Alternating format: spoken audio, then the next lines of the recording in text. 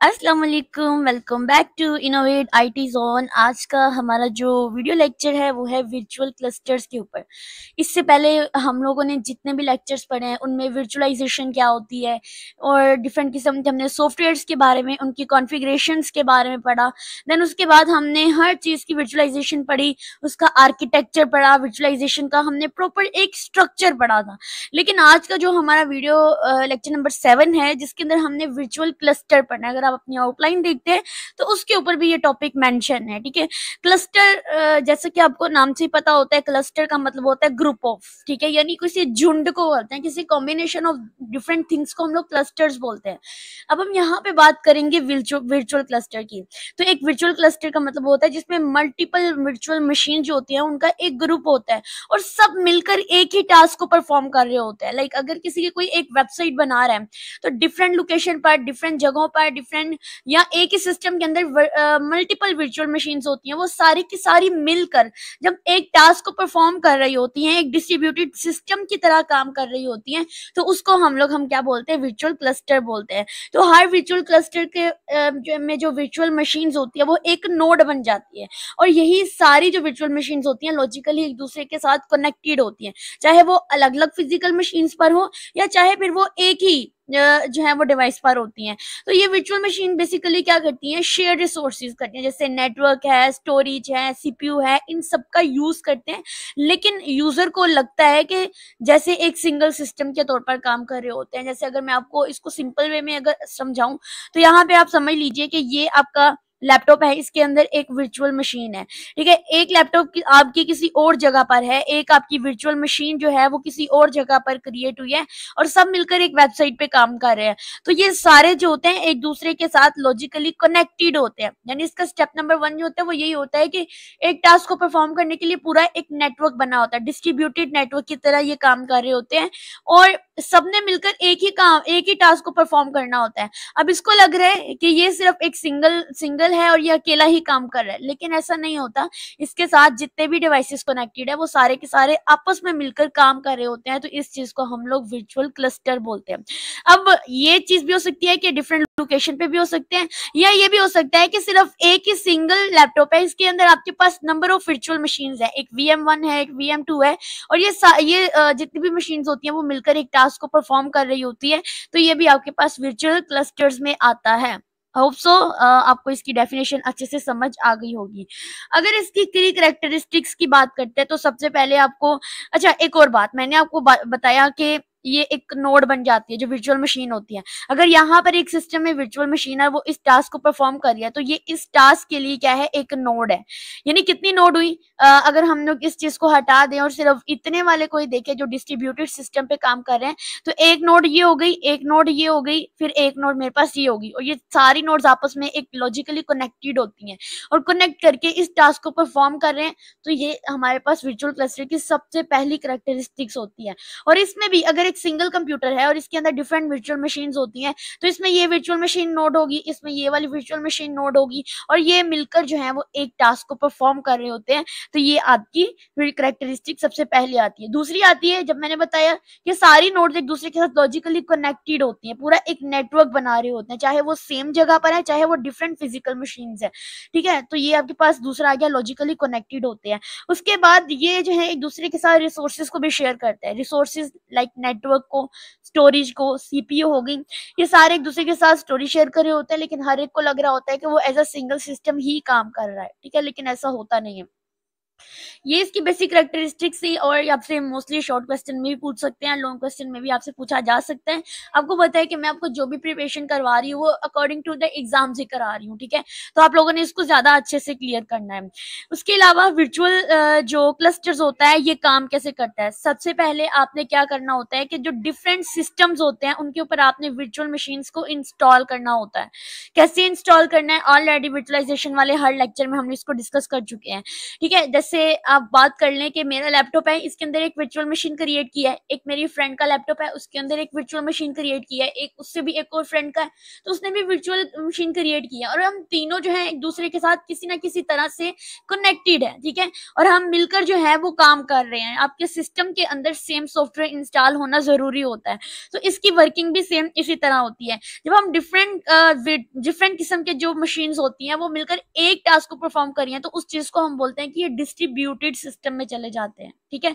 तो इस तरह करके जो है ये सारी चीजें काम करती हैं। दूसरा ये कि फॉल्ट टॉलरेंस का मतलब होता है कि एक नोड भी फेल हो जाता है तो उसकी काम नहीं रुकता, बल्कि किसी दूसरे पे वो काम चला जाता है। अगर मेरे लैपटॉप का वर्चुअल मशीन जो है वो फेल हो चुका है, वो काम नहीं कर रहा है, तो मेरी दोस्त और उसकी दोस्त मिलकर उस चीज को, मैं अपना टास्क जो मैं टास्क परफॉर्म कर रही हूँ वो उसके पास चला जाएगा, ठीक है। वो उसको भी दोनों आपस में डिवाइड कर लेंगे और उस टास्क को परफॉर्म करेंगे, ठीक है। ऐसा बिल्कुल भी नहीं होता है कि अगर मेरा एक सिस्टम फेल हो गया है तो बाकी के सिस्टम भी फेल हो जाए, ऐसा नहीं होता। फॉल्ट टॉलरेंस होता है, एक फेल होने से दूसरों पे कोई इफेक्ट नहीं पड़ता, बस ये होता है कि उसका ओवरलोड जो होता है वो ज्यादा हो जाता है। उसके बाद आपको मॉनिटरिंग एंड लोड बैलेंसिंग, इसका मतलब क्या होता है कि जब हम डिस्ट्रीब्यूटेड सिस्टम के अंदर काम कर रहे होते हैं तो आपका जो काम होता है वो बिल्कुल अच्छे से डिवाइड हो जाता है एक दूसरे के साथ, और आप बहुत इजीली और एफिशिएंट वे में उस काम को परफॉर्म कर सकते हैं। देन उसके बाद इसकी एक रियल वर्ल्ड एग्जांपल है, इसको देख लेते हैं। जैसे हमारा गूगल होता है, ये वर्चुअल क्लस्टर का ही यूज कर रहा होता है, ठीक है। पूरी ग्लोबली आप जो चीज सर्च करते हो आपके सामने आ जाती है। अब गूगल जो है जरूरी नहीं कि सिर्फ मेरे ही लैपटॉप में, वो डिफरेंट किस्म की जगहों पर आप गूगल पे सर्च करते हो और वो फौरन से आपको वो क्वेरी जो सर्च करके देता है।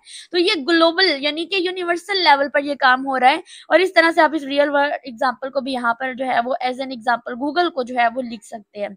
उसके बाद अगर हम बात करते हैं, नेक्स्ट हमारे पास है why we use virtual cluster. हम क्यों यूज कर सकते हैं, इसके एडवांटेजेस बहुत ज्यादा होते हैं। एक तो ये स्केलेबिलिटी होती है, आप जितने नोड्स चाहे ऐड कर सकते हैं, ठीक है। यानी अगर आपके पास एक दो सिस्टम है, ठीक है, दोनों के अंदर वर्चुअल मशीन्स क्रिएट है और दोनों एक टास्क को परफॉर्म कर रही हैं। स्टेबिलिटी का मतलब क्या होता है कि आप कोई तीसरा सिस्टम भी ले आओ और तीनों मिलकर जो है अब एक दूसरे के साथ तो तीनों लॉजिकली कनेक्टेड होंगी। ये सिस्टम इन दोनों के साथ भी कनेक्टेड है, ये इसके साथ भी कनेक्टेड है, ये इसके साथ भी कनेक्टेड, यानी हर एक दूसरे के साथ कनेक्टेड है। अगर आप तीसरा सिस्टम भी ऐड करते हो तो आपका वर्कलोड जो होता है वो कम हो जाएगा, बैलेंस तरीके से आप एक दूसरे के काम कर सकेंगे, और आपकी ज्यादा कोई एडिशनल फिजिकली हार्डवेयर की आपको जरूरत भी नहीं पड़ेगी। आपकी जो कॉस्ट है वो बहुत ही जो है मतलब एफिशिएंट वे में यूज होगी। उसके अलावा जितने हैं नोड एक दूसरे के अंदर आप ऐड करेंगे तो वहां पे आप अपने रिसोर्सेज को इजीली ऑप्टिमाइज कर सकेंगे, इजीली आप उनको मैक्सिमाइज कर सकेंगे, ठीक है। और बाकी सारा जो ही हमने इसकी वर्किंग में पढ़ा। इसके अलावा इसके कुछ टाइप्स हैं जिनमें हमारे पास आता है homogeneous cluster, then heterogeneous cluster आता है, उसके बाद हाइब्रिड क्लस्टर्स आता है। इस तरह से होमोजेनियस क्लस्टरिंग की अगर हम बात करते हैं तो ये सबसे ज्यादा कॉमन है, ठीक है। इसमें क्या होता है कि इस क्लस्टर में जो जितनी भी सारी मशीन्स होती है ना, उनका हार्डवेयर और ऑपरेटिंग सिस्टम बिल्कुल सेम लोकेशन पर ही होता है, यानी एक ही सिस्टम पे काम कर रहे होता है। जैसे मेरा लैपटॉप है, इसके अंदर मैं 3 से 4 वर्चुअल मशीन्स क्रिएट कर सकती हूँ और वो एक ही ऑपरेटिंग सिस्टम पे काम कर रही है। तो ये होता है आपका होमोजीनियस, यानी क्लस्टर नॉर्मली सिंपल एनवायरनमेंट में होता है जहां आप कंपैटिबिलिटी का भी कोई इशू नहीं होता है, एक ही सिस्टम के अंदर आप काम कर रहे होते हैं। अब इसके फीचर में होता है कि जो ऑपरेटिंग सिस्टम होता है वो सेम होता है, ठीक है, चाहे विंडो है चाहे लिनक्स है, सेम ही होता है, और सेम प्रोसेसर जो आर्किटेक्चर होता है इसको मैनेज करना बहुत इजी होता है और इसका एफिशिएंटली परफॉर्म कर रहे होते हैं हर टास्क को, ठीक है। उसके बाद अगर हम देखते हैं हमारा हेट्रोजीनियस, तो हेट्रोजीनियस में क्या होता है कि इस क्लस्टर में डिफरेंट हार्डवेयर ऑपरेटिंग सिस्टम वाली मशीन्स होती हैं। अब ये थोड़ा कॉम्प्लेक्स होता है लेकिन फ्लेक्सिबल ज्यादा होता है, क्योंकि इसमें आप डिफरेंट ऑपरेटिंग सिस्टम का यूज कर सकते हैं। उसके अलावा इसके अंदर जो मिक्स्ड प्रोसेसर होते हैं जिसको हम लोग वेल्ड प्रोसेसर भी बोल सकते हैं, उसके अलावा सूटेबल होता है किसी भी डाइवर्स एनवायरनमेंट के लिए। सेम एनवायरनमेंट में आप नहीं भी काम कर रहे तो भी चलेगा, लेकिन अगर आप डिफरेंट एनवायरनमेंट में काम कर रहे हैं और डिफरेंट ऑपरेटिंग सिस्टम पे, तो वो आपका जो क्लस्टर होता है वो आपका हेट्रोजीनियस क्लस्टर होता है, ठीक है। इसके अलावा हमारे पास थर्ड आता है डिस्ट्रीब्यूटेड क्लस्टर, और ये क्लस्टर की सबसे ज्यादा इंपॉर्टेंट टाइप है क्योंकि हमारा जो क्लस्टर होता है वो डिस्ट्रीब्यूटेड सिस्टम पर ही मोस्टली काम कर रहा होता है।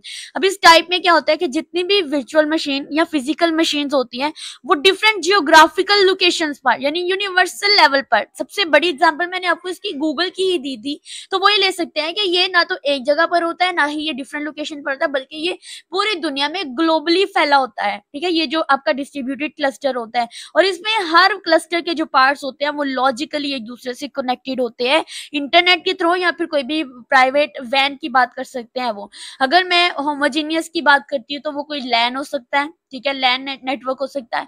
अगर हेट्रोजीनियस की बात करते हैं तो वो भी कोई लैन हो सकता है, लेकिन जब डिस्ट्रीब्यूटेड क्लस्टर की बात करते हैं तो ये वैन है, वर्ल्ड वाइड, ठीक है, पूरी दुनिया में ये ग्लोबली फैला होता है। इसमें क्या होता है कि इसके की फीचर्स में सबसे पहले ये है कि जो नोड्स होती हैं वो सिटीज या कंट्रीज तक फैली होती हैं। इसमें सेंट्रलाइज और डिसेंट्रलाइज कोऑर्डिनेशन होती है। उसके बाद इसमें रीसाइलेंट टू लोकल फेलियर्स, अगर कोई एक चीज फेलियर हो भी जाती है तो कोई भी फर्क नहीं पड़ता है। कम्प्लेक्स सेटअप होता है लेकिन ये हाईली स्टेबल होता है, जितने नोड्स आप इसके अंदर ऐड करेंगे ये ज्यादा इजीली काम करता जाएगा, लेकिन इसका स्ट्रक्चर जो है वो कम्प्लेक्स होता जाएगा।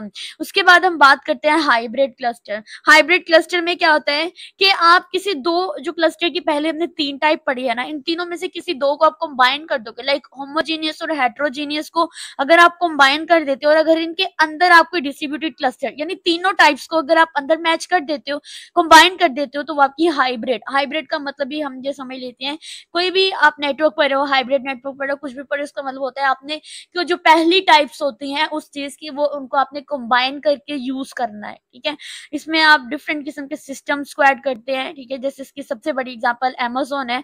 अमेज़न जो होता है वो प्राइवेट यानी होमोजीनियस के तौर पे भी काम कर सकता है, हेट्रोजीनियस के तौर पर भी, और इसको डिप्लॉयड किया गया है डिस्ट्रीब्यूटेड सिस्टम के तौर पर। जब हम तीनों की प्रॉपर्टीज को मैच करते हैं तो एक हाइब्रिड क्लस्टर जो है वो बनता है।